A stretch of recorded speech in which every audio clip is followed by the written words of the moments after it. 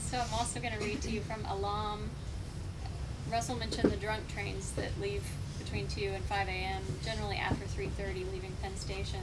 So there's this incredible juxtaposition of these people just sprawled out. You'll get to see some photographs from Corey.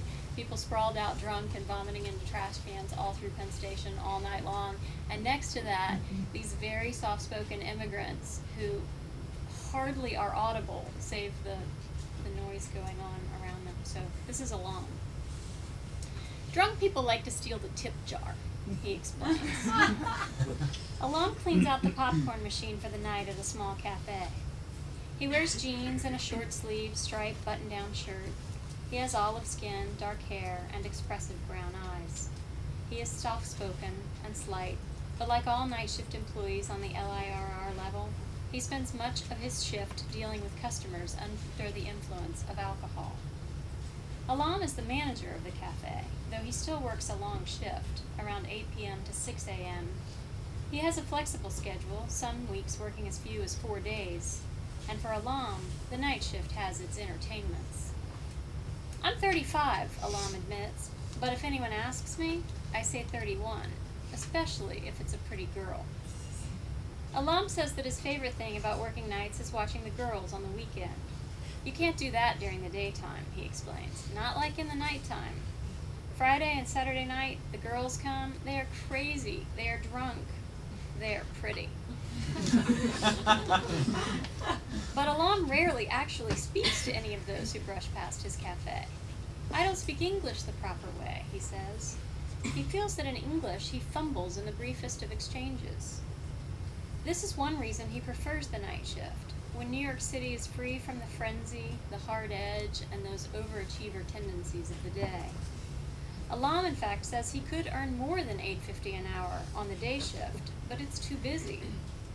It's so much headache to have so many customers, he says. It's just easier at night. In the wake of the fiscal crisis of the 1970s, New York City underwent significant economic changes, most noticeably in the form of globalization and its byproduct, deindustrialization. According to Saskia Sassen and the Global City, deindustrialization created a new economy for New York City, organized around producer services such as global finance and insurance. That left thousands of semi-skilled laborers scrambling to fill positions that required new skills and higher education. This change in the economy did not slow the influx of new immigrants, but it did radically reorient the way those newcomers were absorbed into the economic life of the city. A century ago, immigrants were the brawn behind industry, working in factories, but also contributing to the physical fabric of the city, such as the original Penn Station, of which this newer, uglier version is but a painful reminder. Now, however, with deindustrialization, immigrant labor creates less than it cleans, cooks, and toils as the quiet cashier. Recent immigrants are at a distinct disadvantage in the new economy. The alternative for them is the night shift. The night shift is to immigrant labor what industry was a century ago. Alam works the night shift in Penn Station because, as he says, what else can I do? There's a language problem. On another hot summer night, Alam sits in the back of his cafe.